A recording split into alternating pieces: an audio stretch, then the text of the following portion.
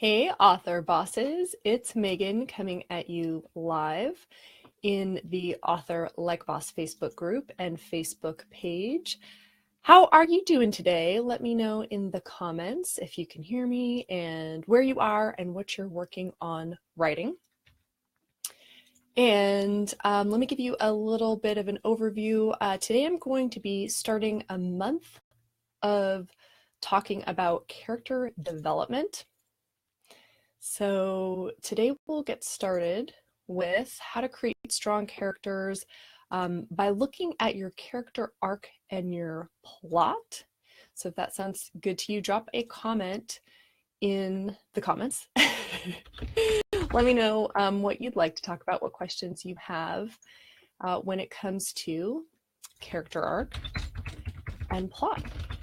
All right, let's get shared up everywhere we need to. If you're watching this from somewhere besides the Author Like a Boss Facebook group, make sure you join us over there.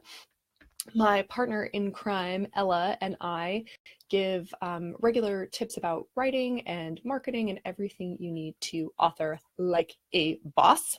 We are the founders of both Author Like a Boss and the Author Boss Academy, and we're passionate about helping indie authors get the tools and the techniques and strategies and mindset they need to be successful with authoring. So make sure you join us in the Author Like a Boss Facebook group if you haven't already. All right. So no matter what genre of fiction you write, hey Dave, you have to pay attention to developing your characters if you want to author like a boss.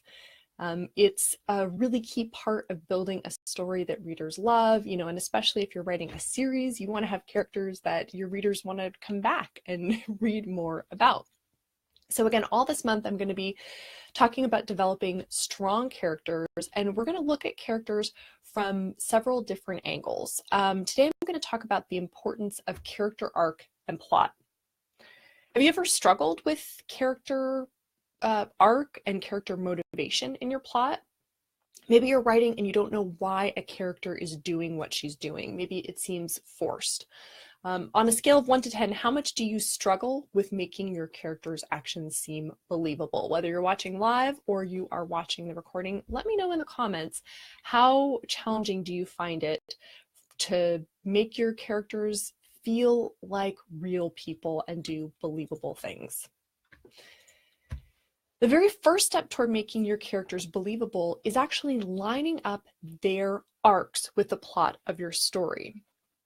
Just to get clear on the terminology, let me start by defining a character arc. It's the journey that your character goes on throughout the story that's the internal journey. Now, it's related to the things that are happening outside of the character in the world that she's in, but her arc is her getting up to some crisis point, some high point, or maybe even some low point, and then finding some kind of resolution. And it's really powerful and important to have a good character arc if you want people to connect with your characters. That's really the foundation of characters who seem real.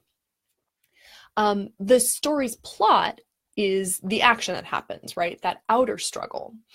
So you have to line up that inner journey, that arc, with the outer struggle. And that means what you need to do is match up key points of the plot, the action, with key emotion and motivation moments that your character experiences. Does that make sense? The two have to line up. And you can do that by plotting your character arc in the same way that you plot your plot. Create a series of steps that your character takes that move her from the first moment where she gets drawn into the conflict, where she either decides to take some kind of action or she gets sucked into taking action. Maybe it wasn't her choice. And, that move her from there up to the climax, and then from the climax down to the resolution. Once you have both your character's arc plotted out and your plot plotted out, you have to make sure that they line up, right? You want to kind of superimpose one on the other. We actually have a really powerful resource for doing that in the Author Boss Academy. We call it the anchor scene table, and it helps you simultaneously map the plot and your character arc. And you can do that for multiple characters if you have more than one protagonist or character with an arc. So it's, you know, a simple activity you can do character by character, and you make sure each character's arc, each journey matches up with what's going on in the plot.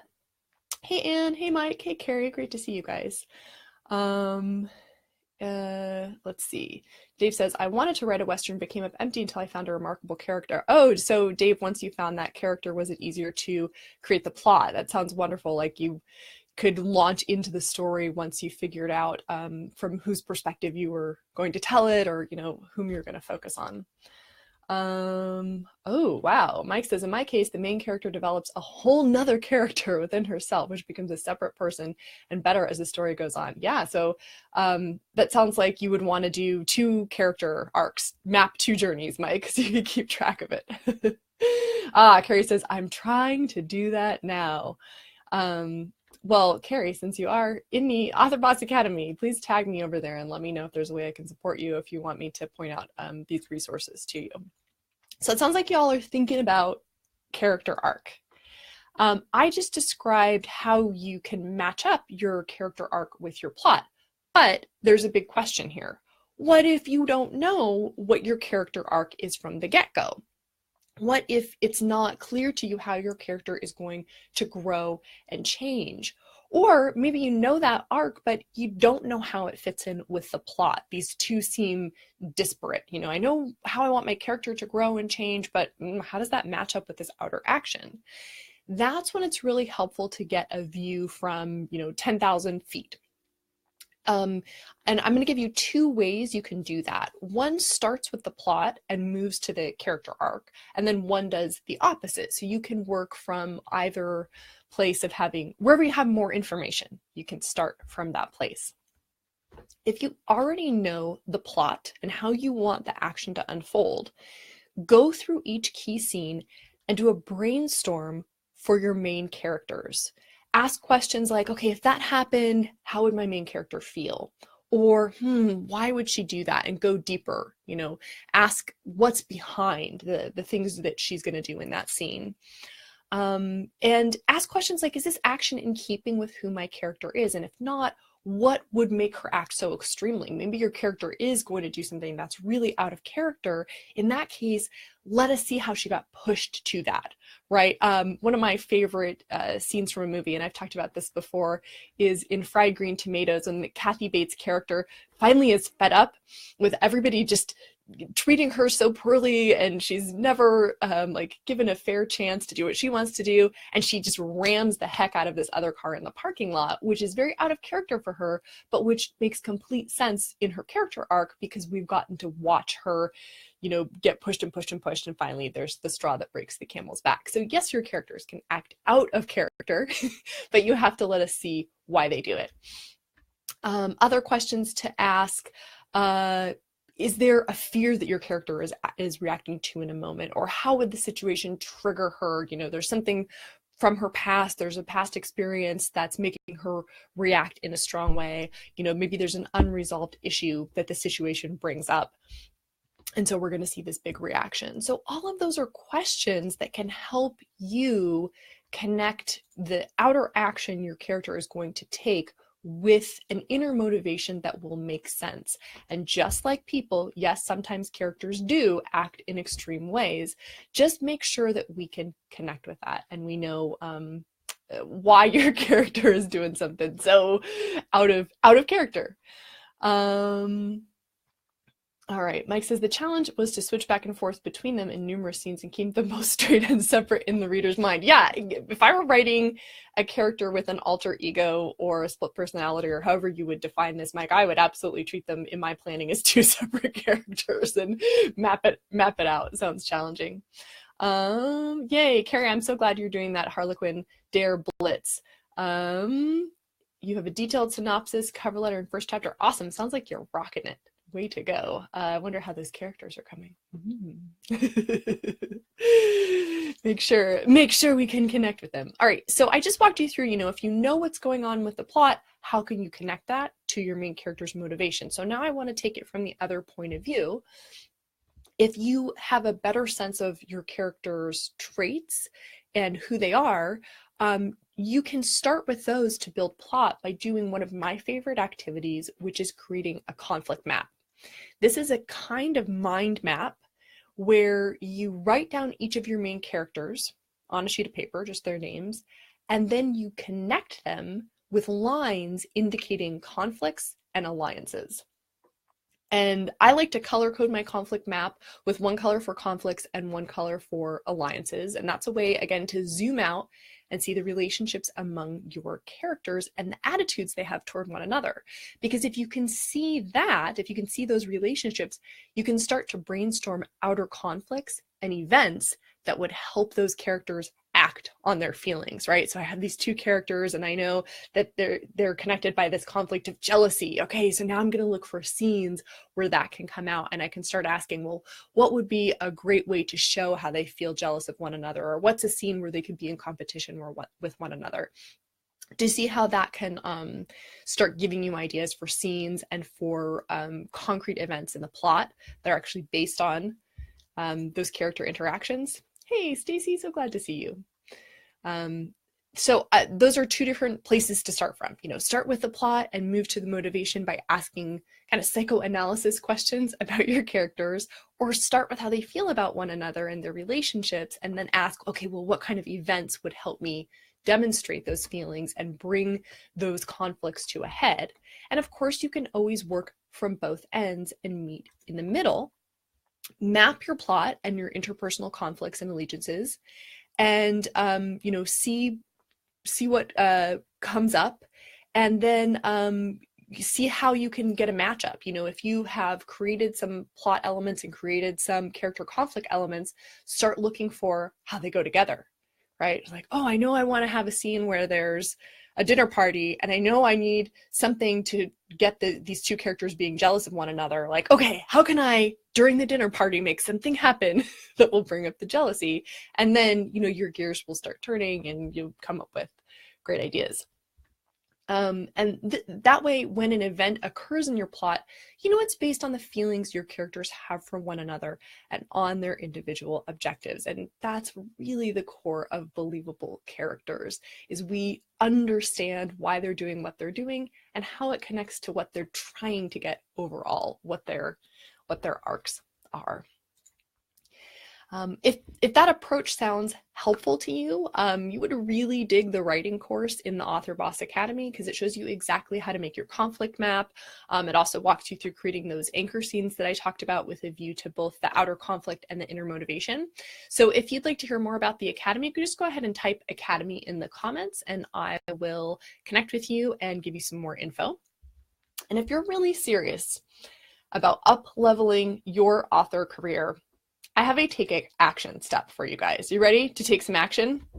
Okay, this is your assignment, should you choose to up-level your authoring. It is to go check out Ella's new podcast.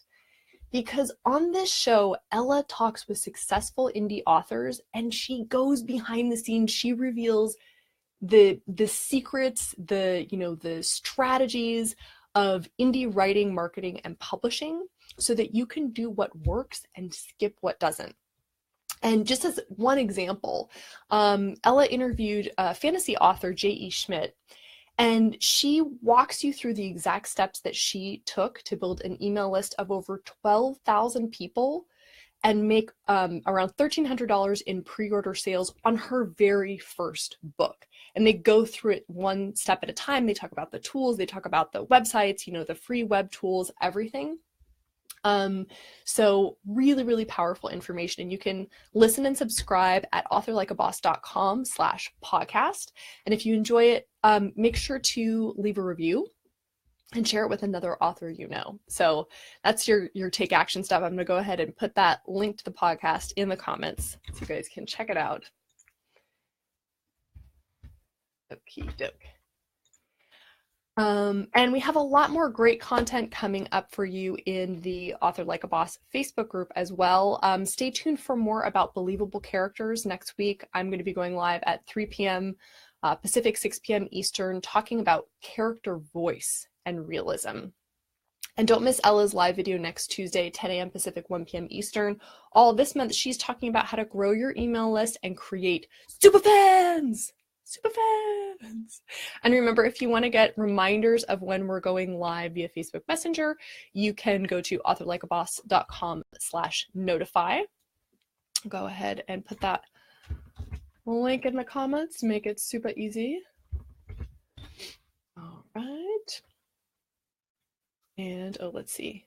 Oh, yay, and subscribe to the podcast. Awesome. You guys, it's so, I mean, you know how inspiring Ella is all of the time and how much fun it is to listen to her. So that's a given, right? Like that's, of course, a podcast with Ella is going to be fun.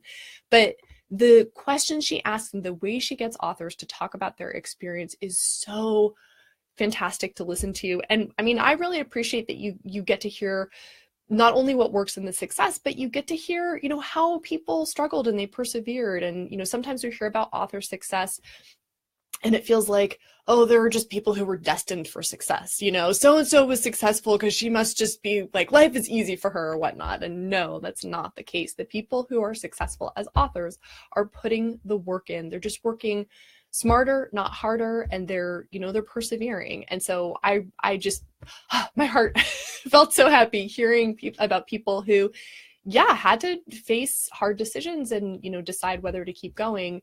And then when they decided to keep going, came back and shared with the rest of us and said, all right, this is what I did. This is what worked. So really, really inspiring stories. All right, y'all. If you want to stay tuned to the conversation about character arc and plot and making realistic characters, make sure to join me next week. And in the meantime, I wish you happy authoring. All right, take care. Bye.